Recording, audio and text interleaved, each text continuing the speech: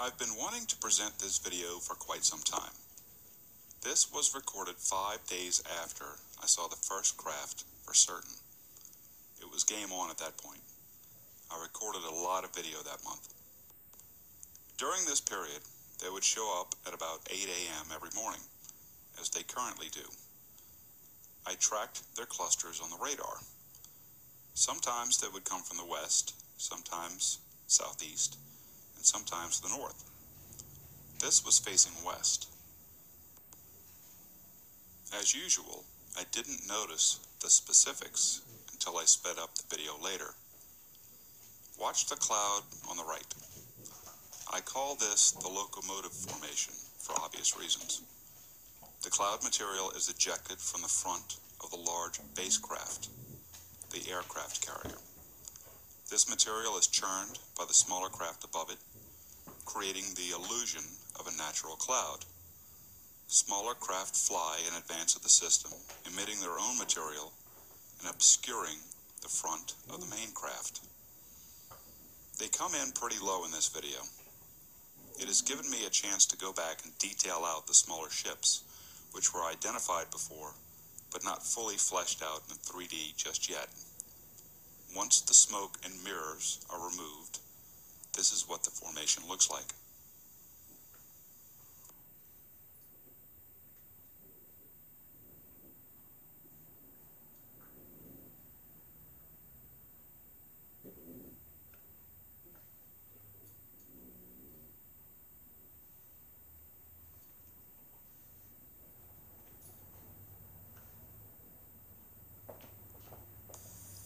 At this point, I began studying radar.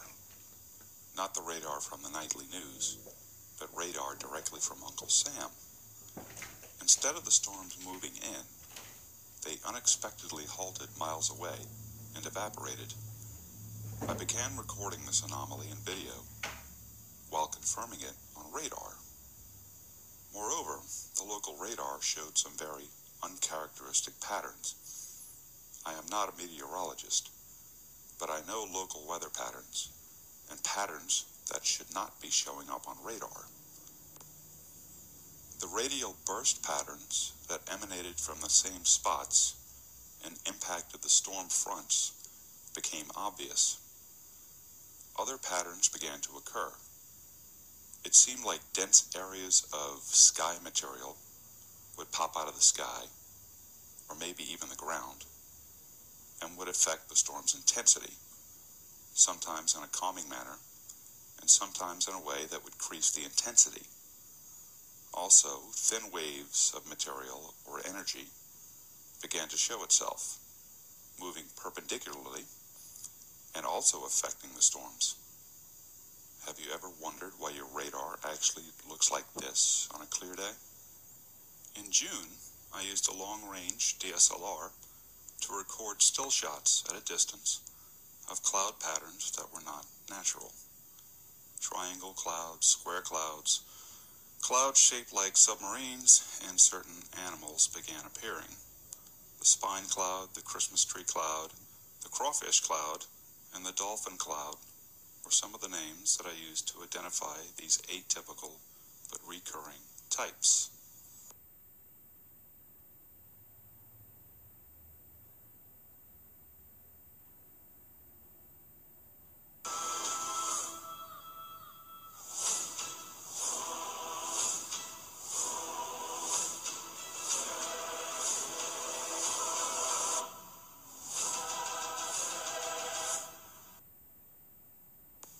Cloud busting. It's a term I used until I realized it was a common term online. Again, repetition gave them away. By late July, I knew where to point the camera to capture the repeating patterns and shapes and where to expect an anomaly.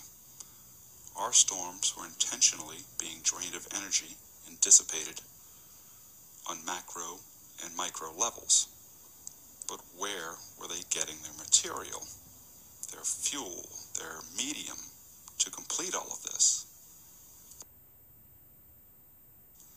I was reviewing photos from last year and noticed I was looking at the transfer that I've mentioned before.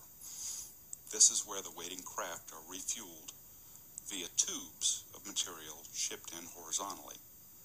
This is different from chemtrails. So I was picking out craft engines along the feed perimeter, and then this shadow shows up. I was not expecting it. I went back to previous photos from seconds before, and this shadow showed up in those too. Is this a stationary one?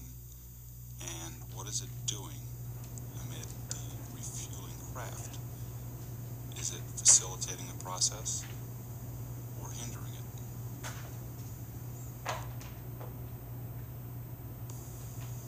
Though I believe that there are many sizes of them and that they can fly in different manners, I think that, in general, this is what they look like.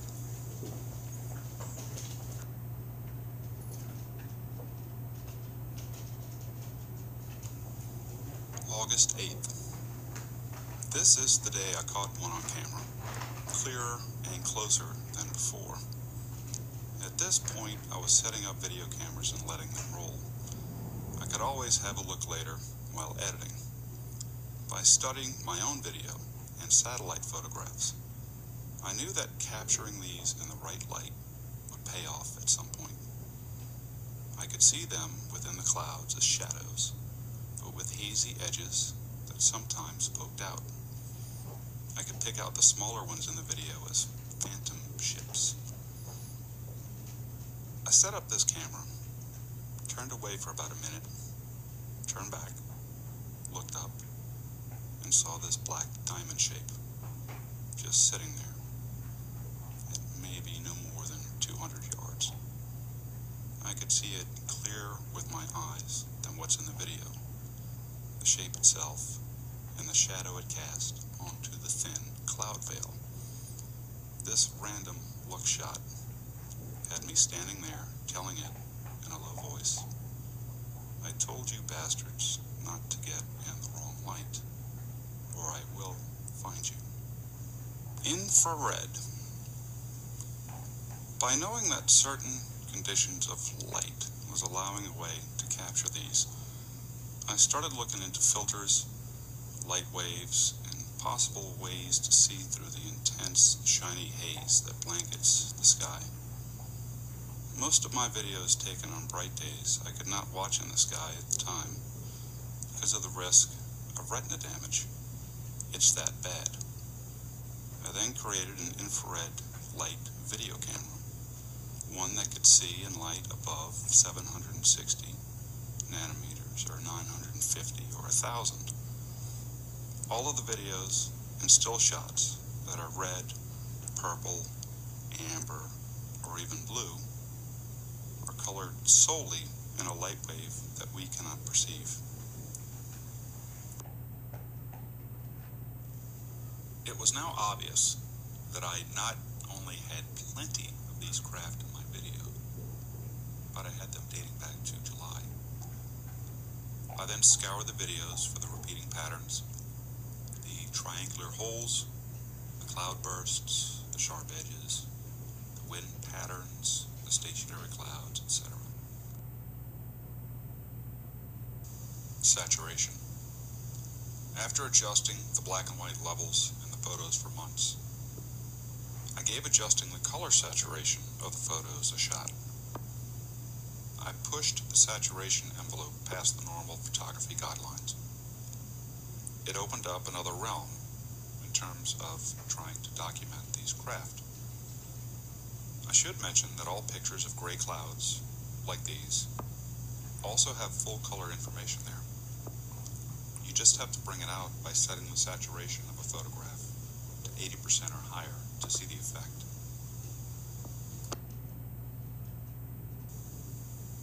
So the drones, the kites, whatever, showed certain color patterns.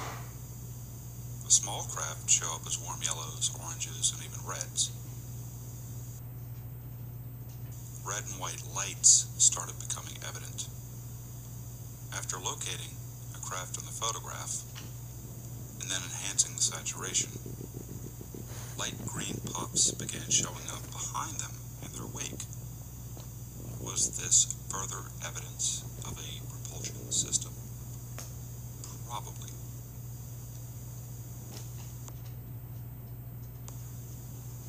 I then did a quick study on what was reportedly the main ingredients of what was being sprayed daily from above: barium, strontium, and aluminum.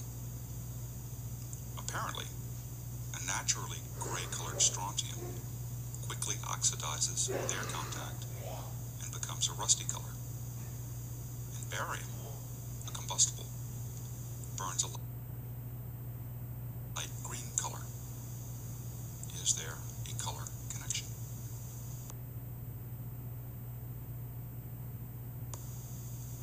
Diagramming the shape, the same shape, over and over and over. Defining the back end of the main aircraft was easier than defining the front. Why? The back end has so many 90-degree right angles and overlapping panels that it cannot accommodate for every single lighting situation presented in the atmosphere.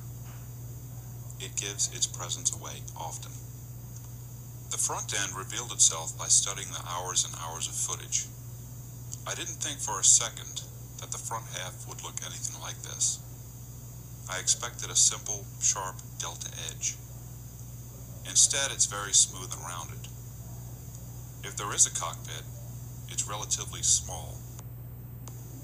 Another telltale feature that gave it away is the fan-shaped engine that sits towards the back of the hull. This propulsion system does not point to the back of the craft, as it sits about 10 to 20 feet away from the back end. It points perpendicularly up and down and can be seen on both the top and the bottom of the craft. The surface is surprisingly full of details. Paneling edges are almost common to find in still shots and even video at times. The V-shaped support beams that run from 2 points of the rear to a single point in the front have also been documented. Some areas of the back edge are very blocky, and some rectangular pylons have been seen. The two rear vertical stabilizers are thick, meaning their edges are not sharp, at least towards the back. They have much more width than you'd expect on an aircraft. There is a reason for this, which I will explain later. The original plans for the Aurora mentioned a stainless steel outer surface. I have also read about either one side being painted black or only the front edges and rear edges being painted black. As for the actual color and the normal visual spectrum, I have no idea. However, I found it important not to follow the intentional deceptive trail of supposed black projects, their names, the budgets, the smoke and mirrors. I don't care if it's called Senior Citizen, the SR-72, the XSR-73,000, or the Big Wedge of Cheese. I just knew what I was seeing was real. I could not care about the individual names, but the term weather machine sufficed. On the left is what you see in the sky, or what they want you to see: fluffy white clouds. On the right is actually what is there: a main aircraft hovering or moving slowly with its nose up in the air. At the bottom of the craft, jets emit a cloud-like material, probably strontium, into the air, while the cloud top-shaped rear edge churns the material into billowing cloud formations. I believe that it's the 4 round identical engines on the back that emit this material. However, the stream that comes from the back forms into striations of 8 to 10 lines before it completely billows into a single cloud unit. These devices are literally spraying clouds. The center large fan-shaped turbine serves several purposes. One, it stabilizes the tilt of the aircraft while in this low-level mission. Two, it also emits the cloud-like material as exhaust that is vented ahead of the aircraft or behind it. Three, this coil turbine is electrically charged. It is the center of electricity and probably gravity for the airframe and its satellite ships. It acts as a magnetic slingshot for the smallest of the craft. The various craft, as mentioned, were fairly easy to find. The jet signatures left in the sky are small, sharp, and repetitive. Scale has always been a difficult thing to decipher. I had nothing to compare them to in the sky until very recently. However, seeing the small craft is something that is not uncommon these days. I see enough to gauge that the size is about 10 feet across. They zip in and out of the clouds at a few miles per hour. I've read that the manta-shaped craft are about 50 feet long. The manta craft are about 1/3 to 1/4 the length of the large host craft, which makes the large one about 200 feet long. Finding the craft in satellite photographs has possibly confirmed this assessment. Having the time to research the possibility of information on these small craft already being available, I realized that yes, some of the descriptions I've been outlining fall in line with photographs of secret aircraft projects.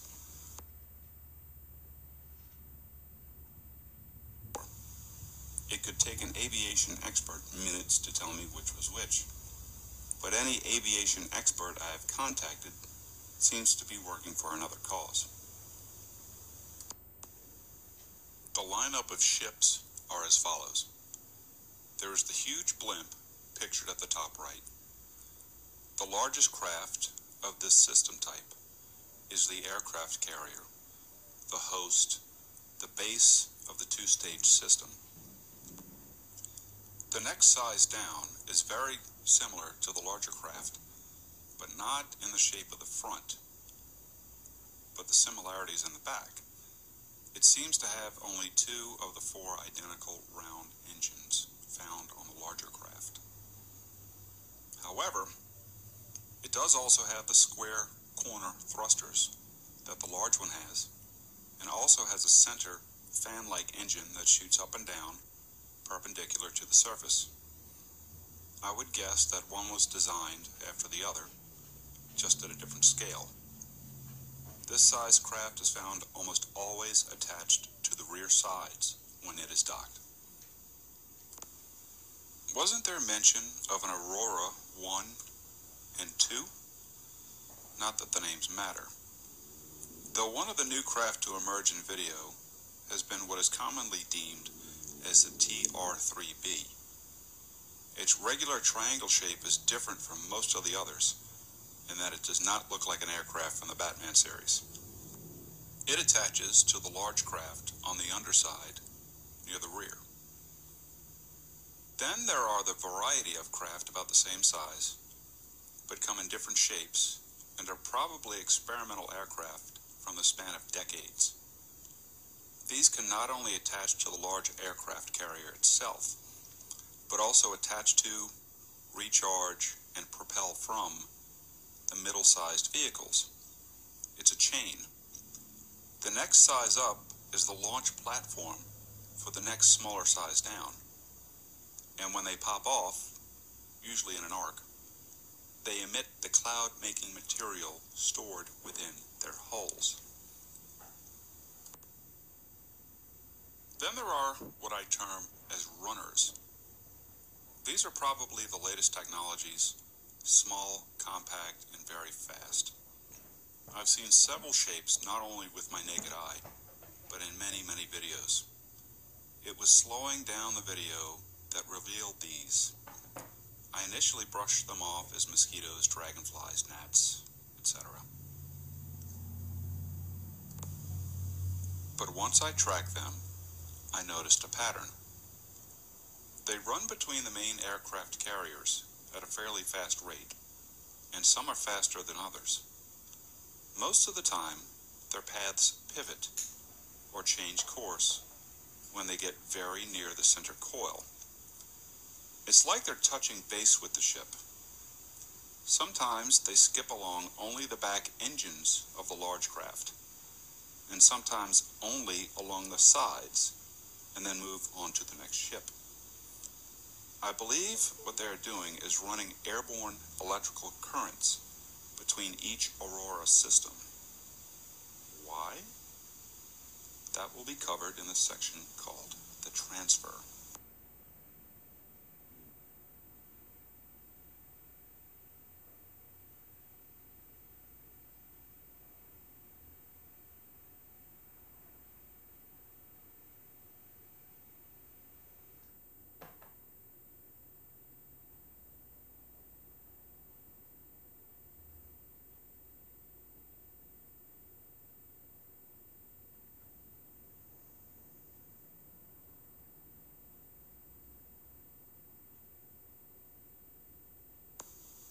Cloud busting.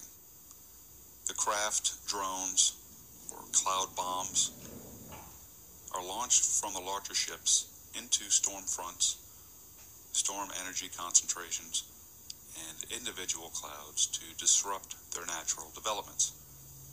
It is my belief that barium and strontium, which are the main components of chemtrails and both anti-moisture materials, are used in concentrated doses by the craft to achieve this effect. How it is collected through the air will be covered in the transfer section as well. Cover. All ships seem to have the ability to create clouds to some extent. However, the large ships use their smaller satellite craft to create cloud cover to hide them, probably with the use of strontium. Imagine a planet with several moons revolving around it, making smoke. I believe that this role is most useful in conjunction with aircraft that may not have the ability to generate cloud cover, like the blimps I've captured. To fabricate cloud layers, they can disintegrate clouds and they can make clouds. Though the small craft can make clouds, the effect is really achieved with the use of the large main craft, which can hold much more cargo than the smaller ships. The large ship also acts as an electrical energy source and supply depot for the smaller ships. But the large clouds, the ones that near the size of natural clouds, are created by the large 200-foot-long aircraft. Reconnaissance. Remember the original role of the Aurora? It was meant to be not only a high-altitude bomber, but also a low reconnaissance aircraft. Though the large craft are too large to descend to ground level without being noticed, the smallest of its drones can. They can descend to the tops of trees silently and gather information via onboard Wi-Fi collection, microphones, cameras, sensors, whatever, that can transmit in real time. Approximately 3 feet in height and delta-shaped, with a flat landing surface at the rear. Their LED hull panels can also mimic its surroundings, such as tree branches. However, filming in infrared light sometimes negates that effect. Notice the different cloud colors, independent of lighting situations, sunrises and sunsets. Here's what I conclude. First, natural clouds are white, made solely of moisture. Sure, there are probably slight variations, but nothing like what's up there. I still see natural white clouds up until today, but only at a distance. They don't seem to make it over the city very much. Instead, they are blocked by the yellowish-gray clouds, suspected to be strontium, which rusts when mixed with the atmosphere. The haze, the blanketing layers that encompass the city almost daily from high in the atmosphere, are silvery, but never white in any lighting situation. This is probably the hologram layer, which I will cover later. noticed is a darker bluish material. This seems to emanate from at least one source, the centered engine on the rear of the largest aircraft. This engine seems to be the one responsible for maintaining the aircraft's height above the ground. It is said that the anti-gravitational devices used are 98% efficient. So one upward thruster would be needed to make up for the 2% weight. Also, the exhaust port on this thruster seems to be different from the 4 cylindrical thrusters nearby. The exhaust is usually seen as a single downward pointing stream of whitish or bluish material. A YouTube search for hologram faces in the sky will result in some pretty convincing evidence worldwide. As for what I've come to realize, it's yes, there are holograms in my sky, and some look like gods and skulls, while others resemble dragons, cows, and pigs. Since I have still not gone through all the footage, I would bet that there are more in there.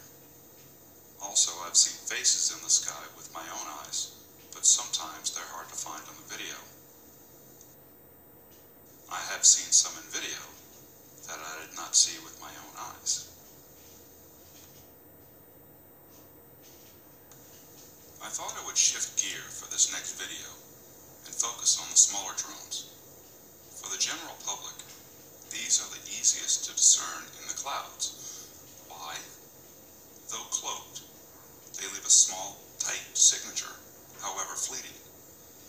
The job of these is to provide cover for the larger ones and to randomize the angled cloud patterns generated by the next size up.